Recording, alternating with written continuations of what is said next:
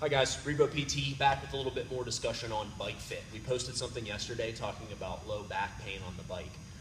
Really talking more about mechanics.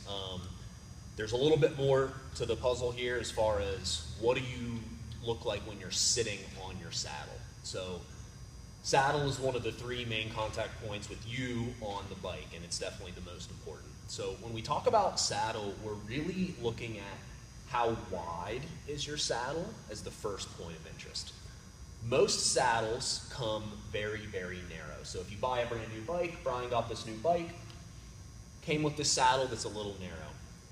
We're basically looking at the widest point here.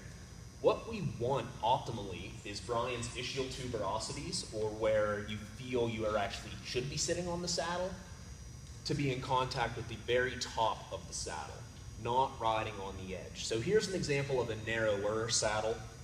Here's a saddle we give out often that's much wider. You can see the difference, okay? So when the ischial tuberosity, or the sit bone, is well supported, you have a stable foundation for applying power down to the pedal. When your sit bone is rocking off to the side, or not as stable there, and that can lead to a lot of mechanical changes. In addition to those mechanical changes, you are supporting your full body weight with soft tissue structures that should not be supporting your full body weight. So think numbness, tingling, not awesome. Now, when we look at mechanic changes, we think of, say, rocking side to side. So Brian, if you want to just pedal a little bit. Brian is on a good saddle right now, but for example, saddle's too narrow and he's rocking side to side here. We'll see that rotation and rocking here at the pelvis.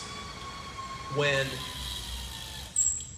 that rotation and rocking starts to happen, sometimes it's tough to imagine, but there's so much rotation and side bend happening in the low back that when you do that 50,000 times over the course of a ride, your low back's gonna get smoked. You can't use your glute that way. It's not an efficient riding posture. Another piece of the puzzle is if Brian is rocking side to side, it's very rare that it is just a lateral motion. There's generally some anterior rotation on one side or another. If Brian is rolling forward on the left, generally that's going to drive his left knee over the front of the crank arm at the 3 o'clock or 6 o'clock position here. Anterior knee over the pedal spindle, think of squatting with the knee out in front of the toe. Too much shear on the knee, not awesome.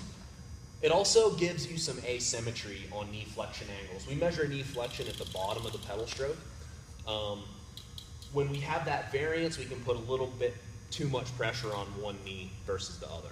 Also not awesome. So long story short, if you're dealing with loss of power on the bike, low back pain, anterior knee pain, not only do we want to look at your mechanics, as we talked about in the last post, we want to look at what does your foundation look like. We need you on a stable platform, meaning not just a wide enough saddle, but the correct shape. Some of it's personal preference, some of it's just going to make a difference for everyone's anatomy.